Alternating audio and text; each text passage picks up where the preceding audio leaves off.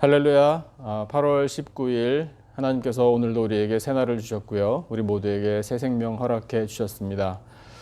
세상에서 들려오는 소식이 참 우리의 마음을 안타깝게 하고 또 답답하게도 해서 우리는 또 때로 이 환란이 도대체 언제쯤 끝날까라는 걱정의 말도 하게 되지만 그러나 하나님께서 오늘도 우리와 함께 계셔서 우리 모두에게 평강을 허락해 주실 줄로 믿습니다. 사랑하시는 우리 성도 여러분, 그 하나님의 은혜와 보호하심 아래에 오늘도 평안을 또한 강건함을 누리며 사시기를 축복합니다. 오늘 하나님께서 우리에게 주시는 말씀을 통하여 은혜를 누리고요. 또 그 말씀이 우리 속에서 살아 역사하심으로 능력이 되시기를 바랍니다. 오늘 주신 하나님의 말씀은 신약성경 고린도전서 7장 17절로 24절까지의 말씀입니다. 고린도전서 7장 17절로 24절까지 온라인으로 예배 드리시는 우리 모든 성도님들 말씀을 찾아 주시는 줄로 믿고요. 신약성경 제가 가진 성경으로 271페이지에 있습니다.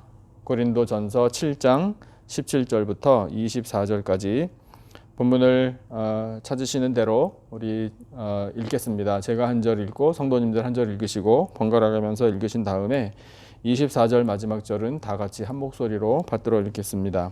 17절을 제가 먼저 읽겠습니다. 오직 주께서 각 사람에게 나눠주신 대로 하나님이 각 사람을 부르신 그대로 행하라. 내가 모든 교회에서 이와 같이 명하노라.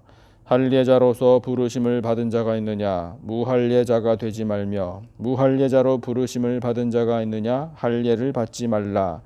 할례 받는 것도 아무것도 아니요 할례 받지 아니하는 것도 아무것도 아니로되 오직 하나님의 계명을 지킬 따름이니라.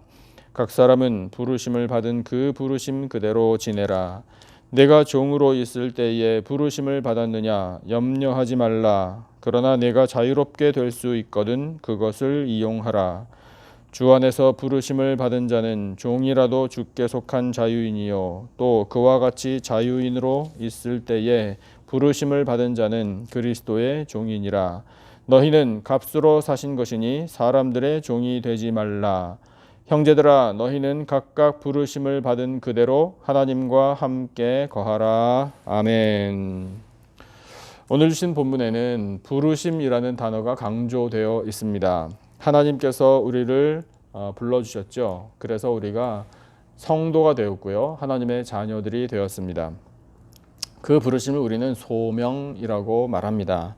성경에 등장하는 많은 우리 믿음의 선조들이 다 부르심을 받은 사람들입니다. 몇 사람만 한번 우리가 떠올려 봤으면 좋겠는데요.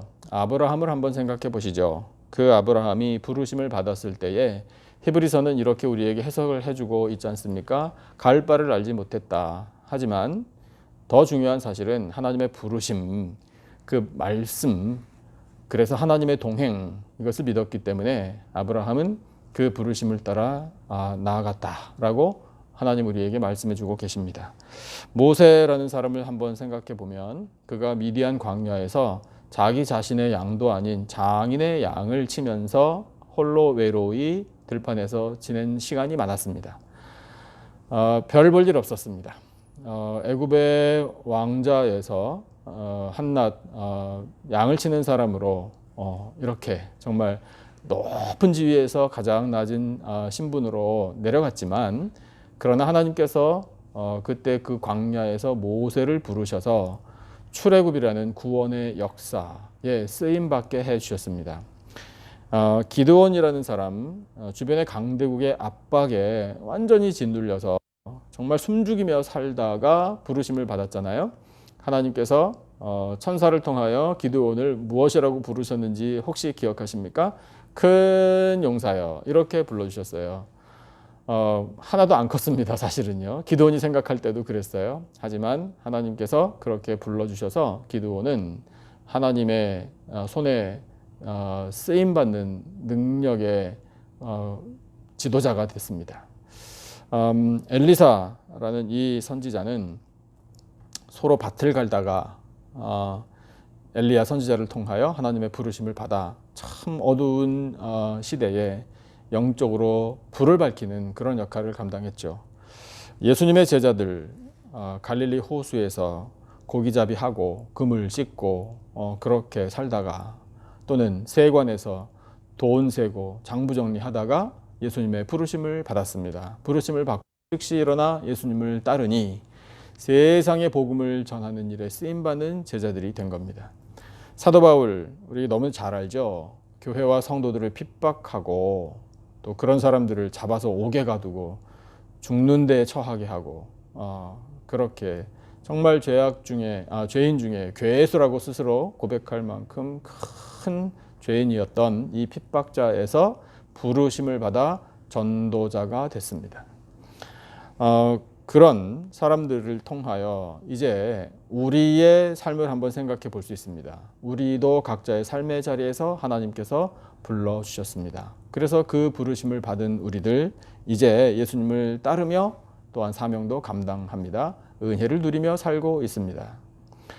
하나님께서 오늘 이 말씀을 통해 우리를 불러주셨다는 사실을 먼저 깨닫게 하시고 이제 그 다음에 한 걸음 더 나아가 깨닫게 하시는 것이 있습니다. 그것은 바로 부르심을 받은 사람은 어떻게 살아야 하는가입니다. 대답을 먼저 우리가 생각해 본다면 부르심을 받은 사람은 부르심을 받은 사람답게 살기를 하나님께서 원하십니다. 그러면 부르심을 받은 사람답게 사는 건 또 과연 무엇인가 라는 것을 우리가 금방 떠올리게 되겠죠. 거기에 대한 답을 하나님께서 오늘 말씀을 통해 우리에게 들려주고 계십니다. 첫째로는요, 부르심을 받은 사람은 부르심을 받은 그대로 행해야 합니다. 부르심을 받은 그대로 행하라. 이것이 하나님께서 우리에게 기대하시는 삶의 모습이에요. 오늘 주신 본문 17절만 우리 다시 한번 같이 읽어보겠습니다. 17절 한 절만요. 우리 다 같이 한 목소리로 시작. 오직 주께서 각 사람에게 나눠주신 대로 하나님이 각 사람을 부르신 그대로 행하라. 내가 모든 교회에서 이와 같이 명하노라. 아멘. 이 맨 마지막에 모든 교회에서 이와 같이 명한다라고 바울이 편지를 써서 고린도 교회에 이제 이 명령을 전하지 않습니까? 그런데 이것은 바울이 고린도 교인들에게 주는 개인적인 명령이 아니라 하나님께서 바울을 통해 고린도 교회에 주신 명령이에요. 그런데 이 말씀을 오늘 우리가 듣잖아요. 그렇다면 이 말씀은 하나님께서 이 본문을 통하여 우리에게, 우리 교회에 주신 명령이라고 우리는 받아야 합니다. 우리를 부르심에 대해서 하나님께서 이렇게 말씀하시네요. 각 사람에게 나눠주신 것이라. 그러면 무엇을 나눠주셨을까요? 은혜를 나눠주셨습니다. 어떤 은혜를 우리가 나눠받았습니까? 바로 죄사함의 은혜, 구원의 은혜, 영생의 은혜예요. 그 은혜를 나눠받은 사람들이 바로 우리들입니다. 그러면 그 은혜를 받은 사람답게 이제 사는 것이 바로 어떤 삶인가 하면 부르심을 받은 그대로 행하는 삶이에요. 하나님께서는 우리가 이 행함으로 말미암아 우리의 믿음이 표현되기를 원하십니다. 증명되기를 원하셔요. 그래서 우리가 부르심 받은 대로 행하면서 살아야 할 텐데 그것을 하나님께서 정말 구체적으로 확실하게 가르쳐 주시려고 하신 일이 우리에게 모델을 주신 일이거든요. 우리의 완전한 모델이 항상 우리에게 계십니다. 누구신가요? 바로 예수 그리스도이십니다. 그러니까 모델 그러면 항상 예수님이에요. 그래서 그 예수님께서 어떻게 세상에서 사셨나 이것을 말씀을 통해서 우리가 보고 배우면 그대로 행하면 돼요. 예를 들어서 한 가지만 한번 생각해 보죠. 예수님께서 십자가 달려 돌아가신 것을 빌립보서에서 죽기까지 복종하셨다라고 선포하고 계십니다. 이것이 바로 예수님께서 우리에게 보여주신 모범이에요. 부르심을 받은 그대로 행할 때에 말씀에 복종, 순종하는 것이에요. 예수님께서 그렇게 하나님 아버지의 뜻에 순종하셨던 것처럼 우리도 그 말씀에 순종하며 살기를 원하고 계시는 겁니다. 그러면 그 말씀을 우리가 따라서 순종한다라는 이 표현을 자주 쓰고 또 우리가 좋아하는데 그것을 좀 더 구체적으로 우리 스스로 질문을 하면서 살아야 해요. 자, 말씀대로 순종하며 산다. 예를 들면 어떤 말씀? 이렇게 해요. For example, 우리 미국에서 사니까 그런 이야기 많이 하잖아요. 또 구체적으로 예를 들어서 어떤 말씀을 따르면서 살 것인가. 그러니까 그것을 우리가 늘 기억하고 또 거기에 익숙해져야 돼요. 그러니까 예를 들면 예수님께서 하신 말씀 그대로 우리가 행하면서 살아야 하는데 무슨 말씀을 하셨나를 곰곰이 살펴야 돼요.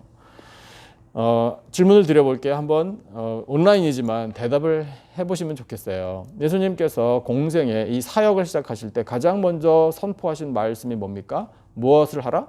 회개하라 말씀하셨어요. 그러면 그 말씀대로 하는 거예요. 우리의 모든 죄악을 하나님 앞에 낱낱이 고백하는 겁니다. 그래서 그런 회개하는 삶으로 부르심을 받은 그대로 행하며 사는 거예요. 믿으라 말씀하셨어요. 그래서 우리 속에 있는 모든 의심을 다 떨쳐버리고 믿음을 갖고 사는 거예요. 형제와 이웃을 사랑하라 말씀하시고 용서하라 말씀하셨어요. 그러면은 사랑하고 용서를 행하며 사는 것입니다. 나를 따르라 예수님 말씀하셨잖아요. 예수님이 가신 길을 따라가는 행함이 있어야 돼요. 그래서 우리를 부르셔서 제자로 양육해 주십니다. 그런 다음에 예수님께서 그 다음 단계로 뭘 하시죠? 파송하셔요. 이제 가라. 그러면 가서 뭘 할 것인가? 가서 전하라. 그리고 가서 제자를 삼으라. 이렇게 말씀하셨잖아요. 그리고 기다리라. 보혜사 성령님이 오신다. 말씀하셨잖아요. 이런 모든 말씀들 한 말씀 한 말씀을 우리가 기억하면서 그 말씀대로 행하는 것. 이것이 바로 하나님께서 우리를 부르심을 알고 그 부르심 그대로 행하며 사는 삶입니다.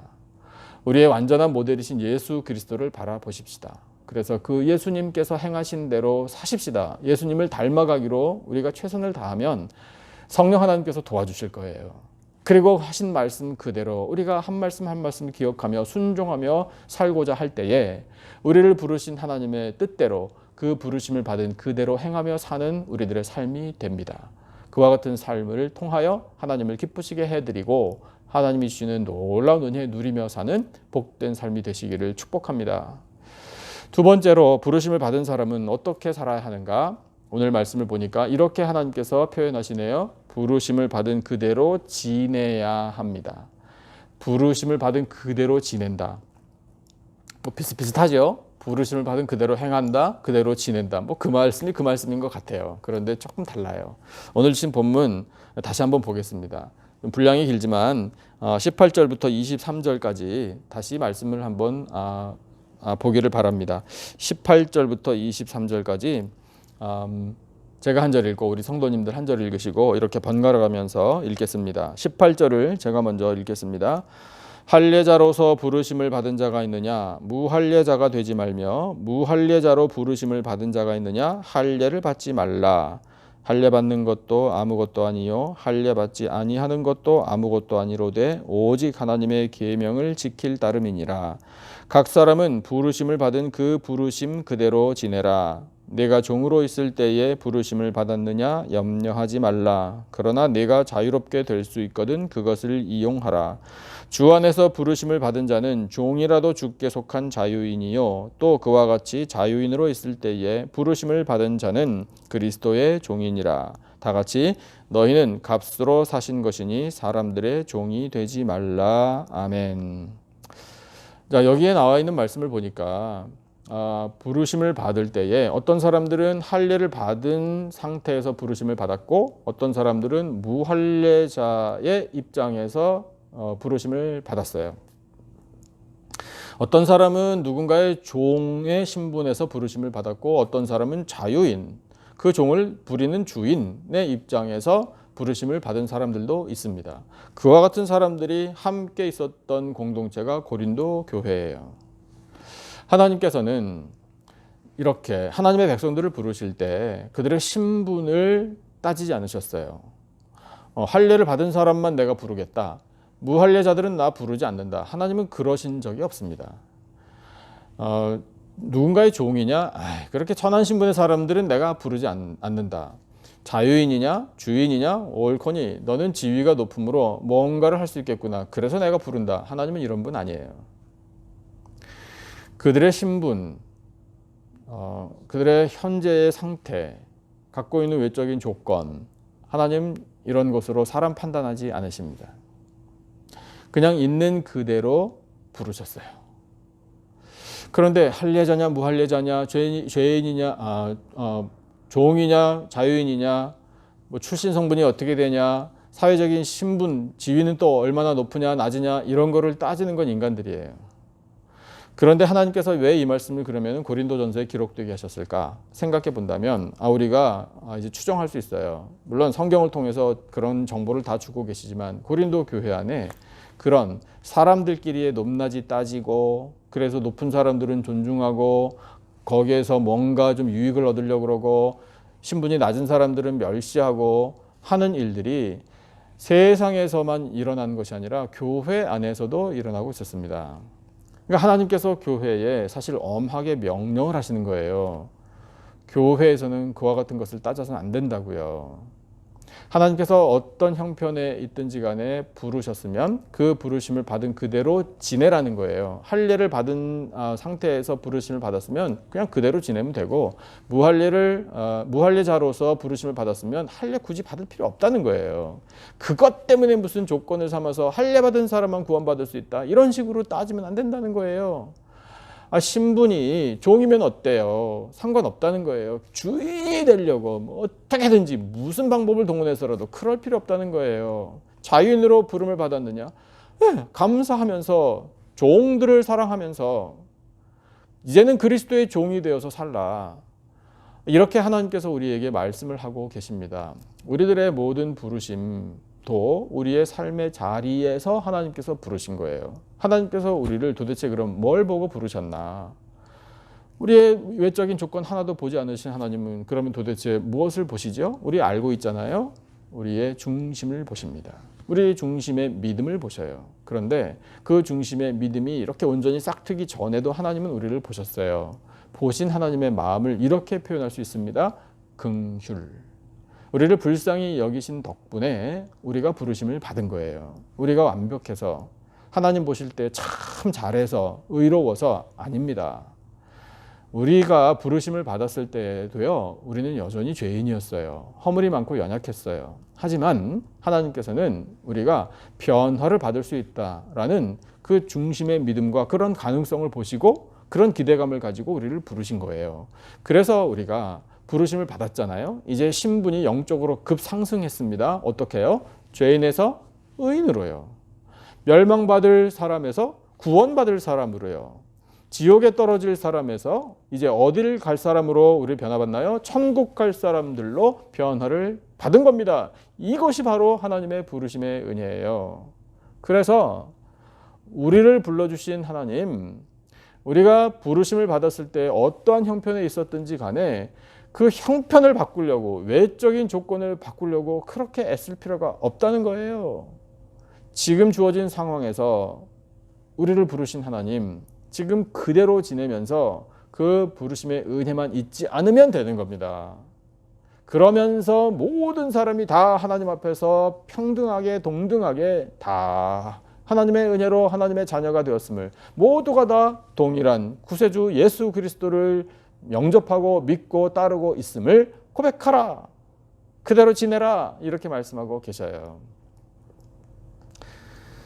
그런데 하나님께서 그렇게 부르심을 받은 그대로 지내라고 말씀을 하시면서 오늘 주신 본문에 이 맨 마지막에 참 중요한 말씀을 주고 계시는데, 그 중요한 말씀을 다시 한번 보면 23절에 이렇게 말씀하고 계셔요. 너희는 값으로 사신 것이니, 이렇게 말씀하고 계십니다. 값으로 사셨다? 무슨 값으로 사셨죠? 핏값으로 사셨어요. 그 핏값이란 바로 예수 그리스도께서 십자가에 흘리신 보혈입니다. 예수님께서 보혈을 흘려주심으로 우리의 모든 죄를 다 씻어 주셨습니다. 죄인인 우리가 마땅히 당해야 할 형벌을 대신 당해 주심으로 우리로 하여금 그 형벌을 면하게 해 주신 거예요. 그 핏값으로 사신 한 사람 한 사람이 바로 우리들입니다. 그리고 우리들이 함께 모여 그 핏값으로 사신 교회를 이룹니다.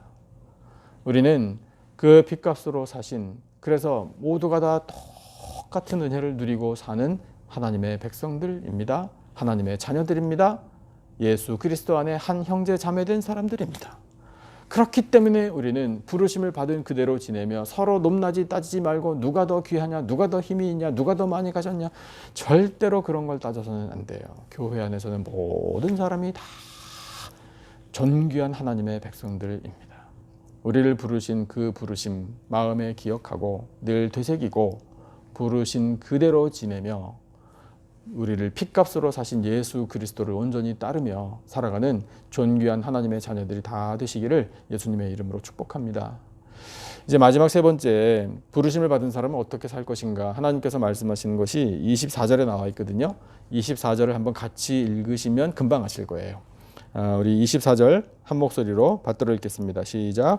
형제들아 너희는 각각 부르심을 받은 그대로 하나님과 함께 거하라. 아멘. 이제 다 아셨죠? 금방 하나님과 함께 거하는 삶이에요.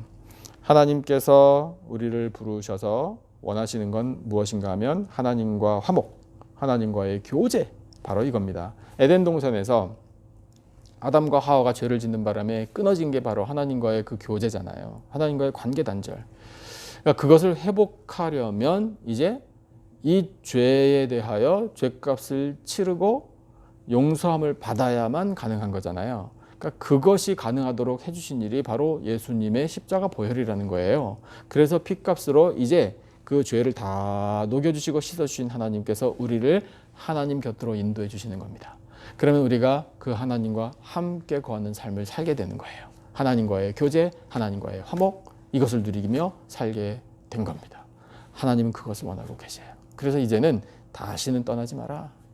다시는 죄 짓지 마라. 다시는 하나님과 관계 단절 생기지 않게 하라. 쫓겨나지도 마라. 이렇게 말씀하고 계시는 거예요. 그것을 확실하게 보여주시려고 예수님께서 하신 말씀이 있어요. 요한복음 15장 말씀 잘 아시죠? 비유의 말씀. 예수님이 포도나무, 우리는 가지예요. 포도나무와 가지는 떨어지면 아무것도 아니에요. 포도나무는 상관없어요. 근데 가지는 죽는 거예요. 이 분리, 단절은 멸망과 죽음입니다. 그러니까 그것을 당하지 않으려면 어떻게 해야 하나? 열매를 많이 맺어야 되거든요. 근데 그 열매를 잘 맺는 삶을 기대하시는 이 농부 되신 하나님 아버지께서 그 가지를 잘 손질해주고 깨끗하게 해주고 더 많은 열매를 맺게 해주십니다. 그러니까 그렇게 되려면 우리가 은혜를 계속 공급받아 열매를 풍성히 맺어가야 돼요. 그러니까 그것이 바로 예수님과 잘 붙어 있는 삶이거든요. 예수님과 붙어 있으면 생명을 누리는 거예요. 그러므로 사랑하는 성도 여러분, 예수님과 꼭 붙어 사시기를 축복합니다. 한 가지만 더. 뭘 어떻게 하는 게 예수님과 붙어 사는 거냐 이거예요. 떨어지지 않는 거잖아요. 떨어지지 않게 어떻게 할 수 있는가? 예수님이 방법 다 말씀해 주셨어요. 내 말이 너희 안에 거하면. 아 그렇구나. 그래 예수님의 말씀이에요. 다시 우리가 처음에 생각했던 것처럼 그 예수님의 한 말씀 한 말씀이 내 속에 차곡차곡 쌓여야 돼요.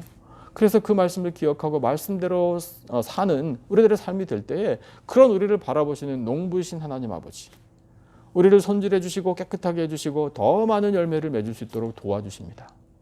그리고 공급해 주시는 거예요. 성령의 능력으로 공급해 주시고 은혜로 공급해 주시고 필요한 모든 것들을 건강과 지혜와 지식과 이런 모든 삶에 필요한 것들을 다 공급해 주셔서 우리를 하여금 열매를 맺게 해주십니다. 이것이 바로 예수님과 꼭 붙어서 사는 삶, 하나님과 함께 거하는 삶이에요. 사랑하는 성도 여러분, 우리 말씀을 사랑하시고 말씀을 우리 영혼에 계속해서 쌓아가십시다. 예수님께서 들려주신 구원의 말씀, 생명의 말씀, 은혜의 말씀을 날마다 귀 기울여 듣고 그 말씀이 우리 속에 충만히 거하면 우리는 예수님과 꼭 붙어 사는 삶을 살아 하나님과 함께 거하는 삶을 살게 되는 것입니다. 그런 우리들의 삶이 될 때에 우리를 부르신 하나님께서 기뻐하셔요. 기뻐하신 하나님께서 우리에게 더 풍성한 은혜 내려주실 줄로 믿습니다. 요즘에 한국에서 정말 역사상 가장 긴 장마, 또 큰 폭우, 태풍 이런 재해 때문에 피해를 입은 사람들이 참 많다. 계속해서 뉴스를 들었어요. 근데 그 와중에 물에 빠진 사람을 구해낸 사람들의 감동적인 소식도 들었습니다. 그럼 한번 우리 생각해 보죠. 누군가 내가 물에 빠져 죽어가는데 건져줬어요. 그래서 살아나왔어요. 그러면 어떤 마음을 갖게 될까요? 나를 살려주신 그분에 대해서. 뭐 농담처럼 얘기하는 거 그렇게 딱 건져줬더니 보따리 내놓으라고 하는 사람들도 세상에 참 많이 있다라는 그런 이야기도 있지만 그러나 대부분 어떤 마음을 갖겠습니까? 아, 내 생명의 은인이십니다. 제가 어떻게 뭘로 보답해야 할지 모르겠습니다. 이런 태도를 당연히 갖잖아요. 사람끼리도 그렇게 생각해요. 근데 예수님께서는요, 우리를 영원한 멸망, 영원한 죽음에서부터 건져주셨어요. 죽어가던 우리, 아니, 허물과제로 죽었던 우리를 건져주셔서 다시 살려주셨습니다. 이 사실을 우리가 깨닫는다면 우리는 예수님에 대해서 어떤 마음을 갖게 될까요? 예수님은 내 생명의 은인이십니다. 예수님은 그야말로 구세주이십니다. 예수님 덕분에 삽니다. 이 은혜를 어떻게 보답해야 될지 모르겠습니다. 이게 당연한 거 아니에요? 똑같아요. 그러니까 그와 같은 삶으로 우리를 건져주시고 우리를 불러주신 하나님 기쁘시게 해드릴 수 있어요. 참 잘 건져줬구나. 이렇게 느끼시도록요.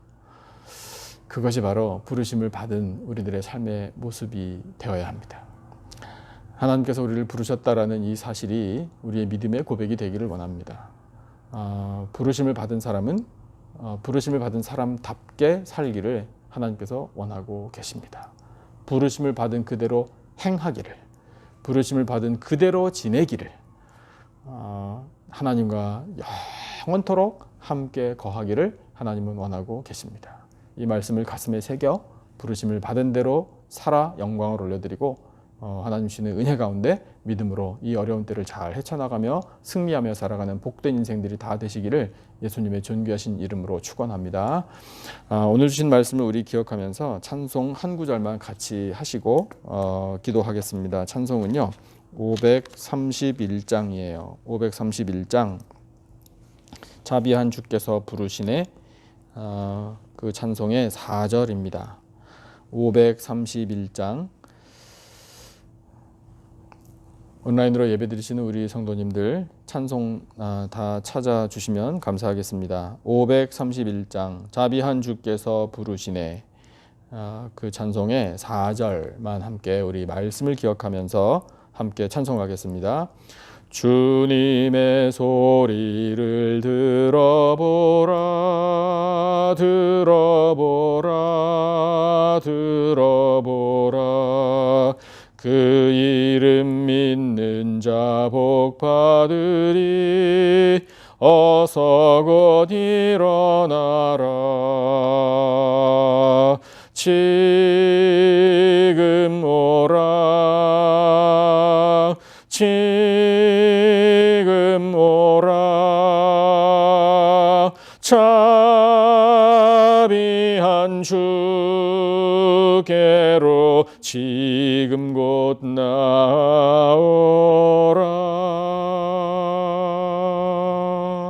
아멘. 기도하겠습니다. 하나님 아버지, 저희를 부르셔서 하나님의 것, 하나님의 자녀로 삼아주심에 감사를 드립니다. 부르심을 받은 대로 행하여 말씀에 순종하며 살겠습니다. 부르심을 받은 그대로 지내며 예수 그리스도의 종으로 따르겠습니다. 부르심을 받은 대로 하나님과 영원토록 함께하며 그 안에 거하겠습니다. 독생자 예수 그리스도의 보혈로 핏값으로 저희를 사주시고 또한 교회를 사심에 감사와 영광을 올려드립니다. 우리 교회를 통하여 지역사회에 하나님의 은혜가 강물처럼 흘러 넘치기를 원합니다. 예수 그리스도의 생명의 향기가 확산되기를 원합니다. 성령님의 역사로 구원 얻는 영혼들이 늘어가게 하여 주시옵소서. 온라인으로 또한 성전에서 드리는 모든 예배를 기쁘게 받아주시고 예배 드리는 영혼들에게 강물과 같은 은혜를 부어 주시옵소서. 사랑하시는 성도들의 가정마다 믿음이 충만하여 하나님의 영광을 나타내게 하여 주시고 평강이 가득하게 하여 주시옵소서. 수고하는 일터마다 형통의 복, 풍성한 결실의 복을 내려주시기를 원합니다. 경제적인 어려움이 있음을 아신 하나님 돌보아 주시사 회복의 은혜 베풀어 주시옵소서. 우리 자녀들에게 믿음과 지혜와 강건함을 주시고 그들의 앞길을 시온의 대로로 열어주시사 하나님의 뜻을 이루는 자녀들로 성장시켜 주시옵소서. 우리 교회 EM과 교회학교에서 다음 세대가 말씀으로 잘 양육되게 하시니 감사합니다. 하나님 준비하신 종을 보내주시기를 원합니다. 그리하여 우리 다음 세대 가운데에 하나님 나라의 일꾼들이 많이 배출되고 또한 그 놀라운 하나님의 뜻을 세상에 펼쳐나갈 수 있도록 은혜 베풀어 주시옵소서. 성도들의 몸에 질병을 하신 하나님 능력의 손으로 어루만져 주시사 아버지 깨끗함을 얻게 하여 주시옵소서. 마음의 상처도 싸매어 주시고 하나님 주시는 평화를 누리며 기쁨으로 찬양하며 살도록 도와 주시옵소서. 바이러스의 확산으로 또한 폭우와 강풍으로 폭발사고로 정치의 불안과 인종 간 대립과 총기 사고로 많은 사람들이 피해를 입고 생명을 잃고 있음을 아버지 긍휼의 마음으로 보시는 줄로 믿습니다. 주여 이 어지러운 세상을 하나님의 뜻으로 하나님의 놀라운 손으로 평강으로 다스려 주시옵소서. 아버지 오늘 살아갈 힘을 성도들에게 허락해 주시기를 원합니다. 성령의 권능 주시고 예수 그리스도의 이름의 능력을 의지하여 승리하게 하여 주시옵소서. 아버지 이 시간 저희에게 기도의 영을 부어주시기를 원합니다. 성령 하나님 말할 수 없는 탄식으로 저희를 위하여 친히 간구하시는 줄로 믿사오니 주여 저희들의 간구를 들으시고 하늘문을 활짝 열어 응답하여 주시옵소서. 지금은 우리 구주 예수 그리스도의 은혜와 하나님 아버지의 놀라우신 사랑과 성령님의 교통 기름 부으심의 은혜가 우리를 불러주신 그 하나님의 부르심을 따라 말씀대로 행하여 영광을 올려 오직 믿음으로 승리하며 살 것을 다짐하는 예배드린 모든 백성들 위에 간절히 부르짖는 기도의 제목과 삶의 터전들 위에 세워주신 우리 교회와 이 나라와 온 열방 위에 지금으로부터 영원토록 함께 하시기를 간절히 축원하옵나이다. 아멘. 우리 들려주신 말씀을 붙들고 또 우리 각자가 가지고 있는 기도 제목을 놓고 함께 기도하겠습니다. 우리 교회와 성도들을 위해서 계속 기도해 주시기 바라고요. 우리 온 세상에서 들려오는 소식들 기억하면서 정말 하나님께서 우리에게 더 기도하라고 계속해서 이끌어 주시는 것으로 생각이 됩니다. 그래서 우리 이와 같은 제목을 놓고 간절한 마음으로 함께 합심으로 기도하겠습니다. 주여 저희들에게 귀한 말씀을 이렇게 주셔서